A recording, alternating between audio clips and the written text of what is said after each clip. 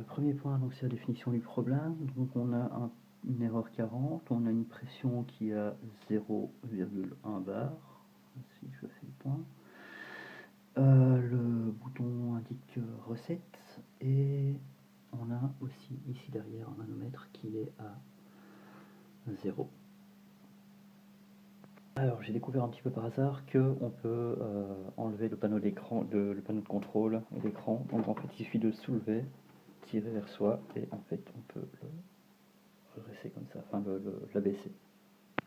Les plans n'étaient pas faciles à trouver, en fait simplement le mode d'emploi est en noir et blanc, donc en fait toutes les flèches d'indication des différents endroits en noir avec des lignes noires, c'est pas spécialement évident de les voir, donc je les ai modifiées et retracées donc en rouge pour qu'on voit un petit peu mieux où ça va.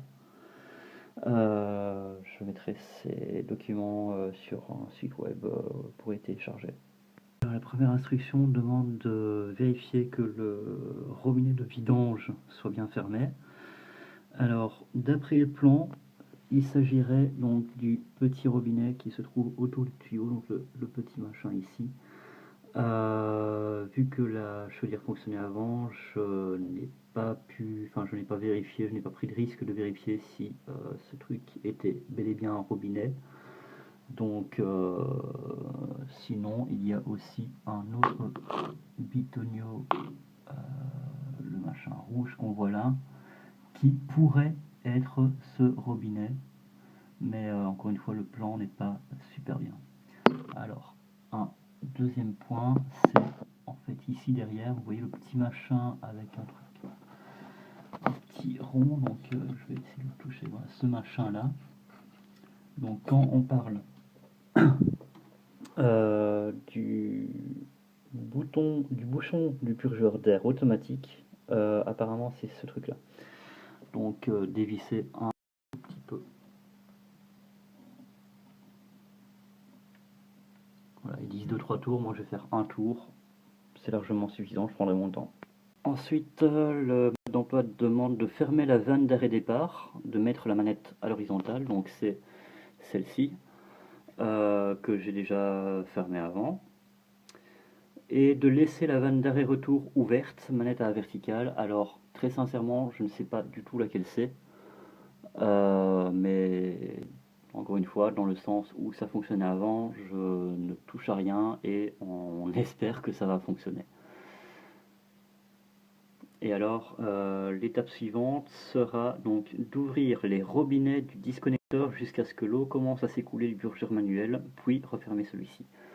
Alors là, la phrase n'est pas hyper bien formulée, donc je ne sais pas exactement ce qu'on doit refermer. Donc ce que je vais faire, c'est que je vais ouvrir ces deux robinets ici, en espérant que l'eau s'écoule donc par le tuyau ici, et ça doit venir en fait de tout en haut. Donc c'est ce tuyau en caoutchouc ici qui bouge, qui va jusque tout en dessous. Voilà. Donc j'ai ouvert les deux petits robinets et bon, j'ai pas ouvert trop fort, mais le manomètre commence à monter, donc je vais attendre de laisser monter jusqu'à ce que ça arrive à peu près à moitié de la zone bleue. Et en fait, je vois aussi que la pression commence à remonter aussi sur l'indicateur, voilà, 0,7. Donc voilà, le but c'est d'arriver à 1.5. Je vais voir un petit peu ce que ça donne, mais je vais surtout me baser sur l'autre manomètre, celui avec Niwi. Voilà. Voilà, donc le mode d'emploi me dit après de refermer les robinets, donc ici, les robinets du disconnecteur dès que la pression indiquée par le manomètre est dans la zone bleue, environ 1,5 bar, et ouvrir la vanne d'arrêt départ. Donc la vanne, le manomètre, pardon, ici est au bout de la zone bleue presque, et l'afficheur ici indique 1,3. Pour moi c'est largement suffisant. Ensuite, il parle d'ouvrir, pardon, c'est flou, ouvrir le purgeur manuel G et le refermer une fois l'opération soit terminée. Bon, une grosse faute de français. Si nécessaire, répétez cette opération jusqu'à ce qu'il ne sorte plus d'air du purgeur manuel. Alors, on fait référence au point G. Donc le point G sur mon graphique ici, c'est ceci, et apparemment ce serait ce machin, mais ce machin, je ne vois absolument pas comment on peut ouvrir ce truc. Je vois rien qui ressemble à une vanne. À moins que je vais essayer un truc, on va voir ce que ça donne. Je vais essayer de le pousser vers le haut, sans trop de conviction. Non, ça ne bouge pas. Et visser, dévisser, ça ne fait rien non plus. Ici, on voit un petit machin, mais non, il n'y a rien non plus. Ici, ouais. Ce truc, je vais essayer d'allumer la lumière. Ouais, non, ok. Une chose que j'avais oublié de faire la dernière fois, et c'est probablement la cause de mon problème de manque de pression, c'est que je n'ai pas encore refermé cette petite purge. Voilà.